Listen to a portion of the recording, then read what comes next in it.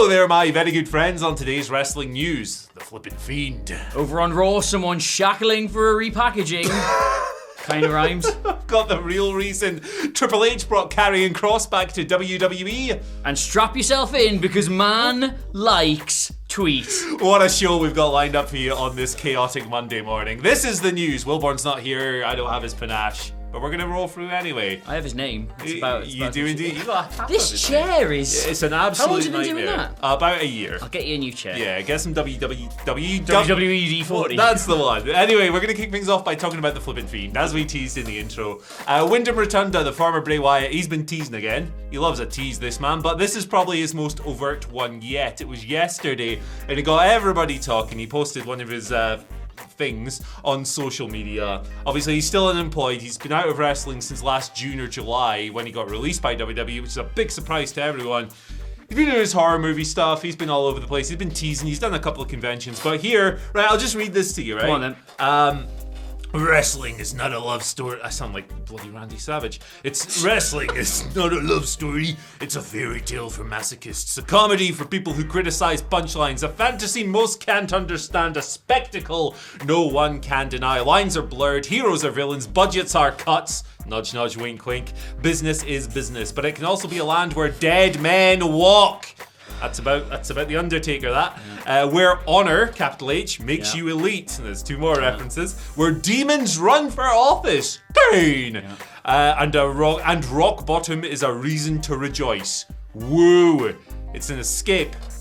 A reason to point the blame at anyone but yourself for 2 to 3 hours. An excuse to be a kid again, and nothing matters except the moment we are in. Wrestling is not a love story, it's much more. It's hope. And in a world surrounded by hate, greed, and violence, a world where closure may never come, we all know a place that has hot and cold hope on tap, for better or worse. So a bunch of people replied to this straight away. I bet it did, yeah. And we're like, cryptic, blah, blah, blah, what's going on, what you teasing here? Windham replied a couple of things here saying, put your microscope away, it's not meant to be cryptic. Brother, there's several references to several people. Hey, it's meant to be cryptic, Bray Wyatt, you little liar. What do you reckon of this? Do you reckon the Fiend's coming back, or do you think he's just having a bit of fun? No, I reckon he's pretty much deliberately drafted that to appeal purely to people who make wrestling YouTube channels and wrestling news websites. Like, it's a headline writer's dream. That's pure Reddit PR. loved it. Reddit loved it. No way. Shockingly. Did they get the references? And did they those... tell everyone they got the references? They got the lore. No. Well, look, whatever he's doing, good for him. Yeah, he's doing well. I have next to zero insight to offer today, I should point out. But obviously, like, I sit through there. I absorb so much of this by osmosis. This guy knows what he's doing. He has been around the block more than a few times. We saw when he was at his creative best in WWE, he used to love doing stuff like this, which would quite often not really go anywhere, but it was nice for people to observe and to bask in and to again go, oh, look, I understood that reference. And I think that's what he's doing. Do I think he's going to All Elite? No. Do I think he's going to Ring of Honor? No. Do I think he's going back to WWE? No. He might do any three of those things, but not because of that tweet. Yeah, I think he just likes... tweet? It's a tweet and an Instagram, so he's been everywhere. Or did he post off his notes app, did he? I think he did. Look at that. Wow. Hey, I think he just likes getting people talking. I agree. Yeah, it's part of the business. Creative guy. Part of the business is to generate your own hype, to generate your own interest, and something like that is just... There's a lot of people, wrestling fans on the internet, who will have ripped their own cack off reading that, and fair play to them. Boom. Do I do my story now? That's how it works. Right, a lot of changes going on behind the scenes. Big power shift, new dynamics, and that's just at WhatCulture. Over at WWE, Trips is taking the big chair, etc, etc, etc. And obviously there's a lot of talk about what might happen. Good things might happen, old people, new faces might come to the fore, old faces might return, etc, etc. But there are people floundering in that company. This chair is... How do you do this every day? Well, there's a reason I don't sit on it, brother. Oh, is this Wilborn's chair? Yep. I'm a lot heavier than him, so the noises are a lot more. Bony granite arse. Anyway, a lot of talk about people who are floundering within the company right now, who have been wasted under the previous administration. Could be coming back, could be getting a repackage, could be doing something with their lives. And apparently, according to Mike Johnson from PW Insider, the main name on everybody's lips is... T-Bar. You remember him? I'm not going to do that. I haven't got the larynx to do the Wilborn bits, but you remember T-Bar. He's pretty much the only person still from that stable, faction disaster that is still using the iconography and the gimmickry of his previous role. But if you do remember, Andy, he was once upon a time Dominik Dijakovic in NXT. And I was the NXT guy when he was the NXT guy, and I can tell you he had this great match with Keith Lee. He had this great match with Keith Lee. He had a banger with Keith Lee, and of course we can't forget his unforgettable series with Keith Lee. So there is talk he will be coming back in possibly his old persona, possibly a new one. But the story goes, where was this? Madison Square Garden a few weeks ago. He was at a main event taping. The death knell for anybody trying to be a serious professional wrestler. And he was so good, people started cheering for him. So hope abounds for the former Dominik Dijakovic, current T-Bar potential future Dominik Dijakovic. This is good news because he's a waste. It's a total waste. He is good. He's one of dozens of names on the list of extremely talented people who were not used to the fullest of their abilities by the previous regime in WWE. I think he's an extremely talented dude. Retribution was dead on arrival. Horrible, awful, terrible, bad gimmick. Nobody deserves to be called T-Bar on TV. It was funny. It was. Like, there's always a duality to this stuff, right? Like, if you can't laugh at it, you're gonna get upset by it. And why be upset by professional wrestling? There you go. T-Bar, everything about T-Bar stinks. Everything about Dominik Dijakovic rules. I think he's extremely talented. I've loved him for years. I hope he gets something cool. Yeah, that would be nice. Yeah. Just nice things for nice people. And he is, by all accounts, meant to be a really nice dude. Yeah, and he rules. Like, the Keith Lee stuff's great. So there you go. Right, let's go over to our next story. Karrion Kross, right? Yes. He's back. He came in. Hair. He's got hair now. I think he looks better with hair. I think he looks better. Different conversation. Obviously, I'm an expert on hair. He battered Drew McIntyre on SmackDown, then put the hourglass in the ring while Roman and all his crew were there. Oh, I remember that. Yeah, kind of inserting himself into the world title picture, the undisputed Universal Intergalactic made of Maltesers, whatever it's called these days. I've been out of the picture for a while. Made of Maltesers. yeah, it's weird. It dissolves if you put it in your mouth. It's really strange. Activating that commercial lever, good to see. Right. Fightful Select reported just after the return on SmackDown that USA Network have been pushing for a top championship to be featured more prominently on Raw, which may have been the driving force behind this whole move. Obviously, Raw's not really had a top belt since Roman Reigns unified the WWE and Undisputed belts, and Universal belts, at WrestleMania. Roman's been on a couple of times, but not a lot. Raw's not really had that focus in the main event scene. They want one back. They've pitched even an interim championship, although there's no word on whether or not WWE actually took that seriously. It's a terrible name. Yeah, rubbish. Who would do that? What company would do that? That pitch appears to maybe not be coming to fruition, but there was an internal pitch as well for Kross to actually wrestle Roman for one, but not both of the titles. So maybe this is where they split them up. Obviously, at the moment, we have Roman versus Drew booked for Clash at the Castle. That seems to be going ahead. Who knows? Maybe it'll become a triple threat. But there you go. That seems to be why they brought him back. I also think one of the reasons they brought him back is because Triple H loves Karrion Kross. Yeah, there was a massive deal made of him when he first debuted in NXT, and that was still... NXT was kind of coming out of that cycle now where we expected like a rotation at the top of the card as people moved up, because we've been doing the TV thing for about a year at that point, and people weren't exactly moving away, so the rotation was getting a little bit weird. But he felt like the last real, for me anyway, while I was covering it, the last real big, brand new, here is your big scary person introduction. It didn't quite work out. His career pretty much ended when Adam Cole did that "They Ring the Bell for Me" promo. Nobody comes back from that when a man 2 foot your junior says it to you. But yeah, it didn't really work out, and he was kind of a bit of a mess. And then did he go on the main roster? Yeah, he was. This is where I lost track with all. He went to the main roster. He was in a gimp suit. He lost his first match to Jeff Hardy in like 2 minutes. It was a disaster. Like, his main roster run was horrendous. Yeah, Vince didn't know what he was doing. Triple H clearly rates him because, I mean, look at the guy. There was a lot of the old school trips about him. Yeah. So no surprise to see him coming back to the fore. And if they use him properly, he's absolutely perfect for the main roster in terms of like the way he works as a sports entertainer and just being quite scary and mean and vicious. And from what I gather, they were desperate for a fresh injection anyway. There you go. Also Scarlett Bordeaux. She's back. So yeah, here we go. Hourglass. TikTok. Yep. Right, you ready for this? Yep. Save the best to last. Yeah, well, here we go. I want to apologise in advance. A story like this, you should have had your A-list presenting duo, but you've got me. I'm just going to try and make the best of it. Right. Man likes to eat. I'll give you a second just to let that wash over you. Man likes to eat. The man, Miro. The tweet, you had it better in WWE, mate. Like. There you go. That's it. That's the story. Of course, there's some guy called Adam. Are you still in AEW? Seem like you had it better in WWE. Like. He's not removed the like either. Not like and no unlike, crucially. So I'm not reading a single thing into this. Absolutely not. Because this is what he does. This is what wrestlers do. He did it as I'm just seeing the world-class journalist who penned this article, Andy H. Murray at WhatCulture.com, has commented. He did this all the time in WWE. Constantly. And he wasn't, while he was certainly massively underused, the kind of talk is he wasn't exactly devastated and upset by the whole situation. He got Rusev Day over, he was having a bit of fun, obviously much better used in AEW, but he hasn't the sort of unprofessional, stroppy character who's going to deliberately like this stuff because he's really, really annoyed. He's just, he's not really doing that much. He's in the whole House of Black, Dark Order, won't they thing in a minute. He could be doing a lot more, certainly. We love to think of Miro, aka Rusev, as being very underused in whatever company he is, because the guy's a monster and very entertaining. And when he's not at the absolute, I'm going to throw this chair through the camera. How do you do this every day? Jesus. It's usually a Wilborn problem, so. God almighty. There you go.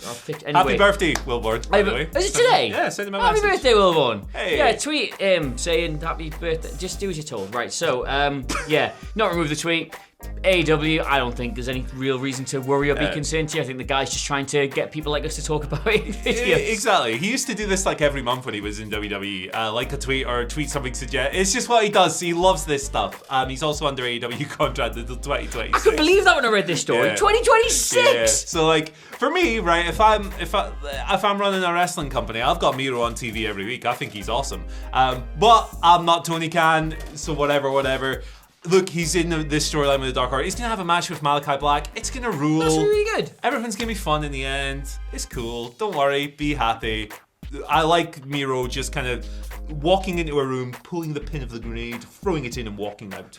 Walking into a room, opening his phone, liking the tweet. Yeah, there Boom. you go. Shake the room. Anyway, you got something to say about Cardiff and Newport? Yes, Newport. So, first of all, you're all absolutely, this goes to anyone who's coming to the Cardiff show, you're all absolutely insane, by the way. We put those tickets on sale and we were like, well, if that sells out, maybe we'll do this, and then it sold out in 3 hours. So we managed to double the capacity of the venue, and it sold out over the subsequent weekend. So that's absolutely crazy. But what we are going to do, because we were either going to cancel that show and move to an enormous venue, but what we've done instead is we've added more dates. That's what the musicians do, isn't it? More dates added. So we're like U2. If you are going to be in on the edge, obviously. If you're going to be in the region of South Wales, North Wales, where's Cardiff? Wales. If you're going to be in the region of Wales that weekend, we are doing another show in Newport, which is where Goldie Lick and Shane are from. On the Friday night at Sin City Comics and Gaming in Newport. It's an amazing venue. The guys reached out to us. They've been an absolute dream to work with so far. We still have some tickets on sale for that. We're only selling tickets because we need to sort of account for numbers. So all the money's going to Down Syndrome Northeast, which is the charity that Michael Hamflett is doing the Great North Run from. If you've got a few spare quid, go and donate to that, please. Or come to the show. I think it's like a 3 or 4 quid or 5 quid. 5 quid. 5 dough. 5 quid on the door. Get your tickets in advance. So I don't know why I said on the door there. The money's all going to charity, but we don't know what we're going to do on the Friday night. It'll just be fun. Chill. You'll be there, and I'll be there, and Miller will be there. Don't worry, and it'll just be really nice. It'll be really fun, and it's like a nice little warm up ahead of the chaos that will be Saturday, because we've got our big show in Cardiff on Saturday. If you come to that, can't wait to see it. It's right around the corner from Principality, and then I think another promotion with less counter-programmed us for that evening. Not selling very well from what I hear though. Saturday Night War. Not the hottest ticket in town, unlike us. So we're all going to go to that afterwards, and then maybe, I don't know, maybe we'll get No Surrender Weekend Bender in Cardiff after that. Yeah, there we go. Just ask yourself which one of those shows is sold out, and you'll see what the stronger brand really is. Yes. So the Friday night, Sin City. I could be a rubbish wrestler, wouldn't I? Friday night, Sin City, gaming, and Wales, comics, Newport, be there. Twitter questions. Oh yes. A bunch of people asked today about Karrion Kross. So I've just picked one here from Zach Pale, who says, "Good morning, gentlemen. How do you think Karrion Kross is going to fit into the title picture? How long until you feel like Triple H is going to pull the trigger on him? I think very, very soon." When Karrion Kross signed with WWE, the immediate reporting was that they were going to send this guy all the way to the top. That manifested in NXT. Then stuff went weird for him. But I think Karrion Kross will be a world champion by the end of the year. I covered NXT for nearly a year before realising that Karrion Kross was like carrying a cross and thus had like biblical iconography in it. That's all I've got. There you go. But yes, he's going to win a belt soon because Triple H loves him. Right, that fat goth guy. Lots of people asking about Bray Wyatt as well today, so pick this one. Good, yeah. Howdy legends, if Bray Wyatt was going to return to WWE following Vince's departure, do you anticipate he would revisit an older character or bring something new? Thinking speculatively, which is entirely what this is, I don't think Triple H would enjoy The Fiend very much. I think he would get a return of the Eater of Worlds, the cult leader, Bray Wyatt. I covered wrestling for 4 years before cottoning on that Rotunda meant large. Like, I just His thought dad was a big guy. That's what I mean. as well. I just thought it was a funny name. Yeah. I didn't know why he'd gone for it. That's not the Fiend. You wouldn't do the Fiend. Look, the Fiend's had its moment in the sludge, not the sun. Sludge. He's had his moment in the spotlight. I think there is no way. The thing is, if you bring the Fiend back, you set the bar for his like spooky wookie dookie powers so high that you've either got to stick to that and make a mockery of everybody else. Like, we'll bring the Fiend back. He's gonna face Roman, who we've now made a credible star, and he's gonna eat 8 spears and kick out at 1. You're not gonna do that, and if you do it and you do it normal, like, well, here's the Fiend. We love the character work, but we're gonna make the wrestling make sense. So he's just gonna be a tough, a resilient, a sort of like maybe a Brock level sort of guy. Like he can take stuff, but he's not otherworldly and from a parallel dimension full of frogs and laughing gas and stuff. So if you do that, it's not really the Fiend, is it? Yeah. It's the Fiend. So. Yeah, this is it. Like the Fiend for me personally, I get that people are into the character, fair play. For me, it's just not really consistent with wrestling psychology, and I don't think you should necessarily stretch those boundaries way too far. But yeah, like I hope that wherever he goes, like he's a really creative guy. Whether you like his ideas or not, he's got a lot of them. I think that he should go somewhere where he's going to feel fulfilled. I have a question. Yeah. Obviously, the Fiend's not there anymore. Is Alexa Bliss still doing the weird? Not really. Not really. But she's got Lily still. Okay. So it's That's the doll. Yeah, so the boring business reason is that Lily's really popular merch-wise, but it's not really part of her character as much. It's a weird thing. That's quite clever, really, because obviously then if you sort of move her away from that gimmick but you keep Lily, then obviously you can re-establish her as a credible pro wrestler, but also still make her appeal to all the sex cases. So that's good. Good Our thinking, final WWE. question Good thinking, WWE. comes from James, aka Chunk, who says, "Morning heel with the eel. I do indeed have the eel, but there's no microphone to smack it away with." Bang! There we go. Is this what the news is now? This is just nonsense. You guys, you're operating on another level. You should see the amount of The format, excellent. It's something else. The amount of questions that people send me with like eels and gators and like crocodiles. We've created a weird thing You're like Des Lynam. You're just owning the space. Total control of everything that's going on. I see us as more of like a Mika Richards, Roy Keane dynamic. Who's I'm it? Roy Keane, obviously. Wait, the picture behind does tell its own story. It really does. Shout outs to Gemma. That's a tremendous picture. We got another one on the way, by the way.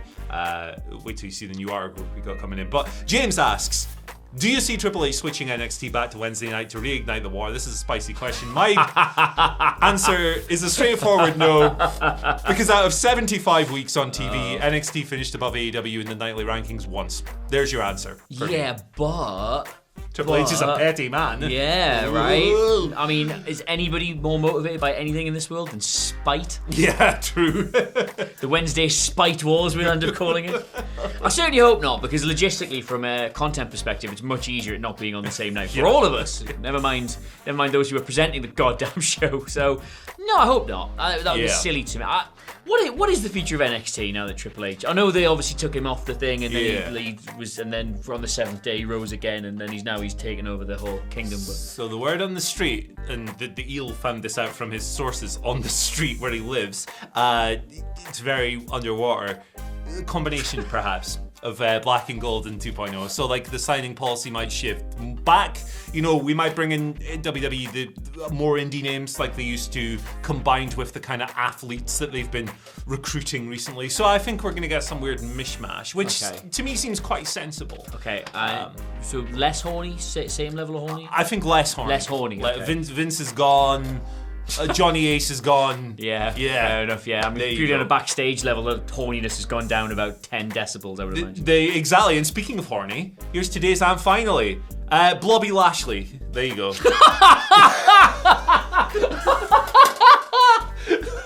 Blobby Lashley. Thank you, Eric Vasquez. Always a joy when Eric slides in with one of his bits of work. Right, I don't really know how to end it. Thank you for joining us for today's weird news. I don't know what we're going to do later in the week. Everyone's off, but we'll figure it out. Follow, like, share, subscribe, ring the bell, notifications, all that good stuff. Follow us on Twitter at WhatCulture WWE. You can follow Adam Cleary on Twitter at Adam Cleary, CLERY. You follow me on Twitter at Andy H. Murray. The H stands for Happy Birthday, Adam Wilborn. Bye. Blobby, blobby, blobby.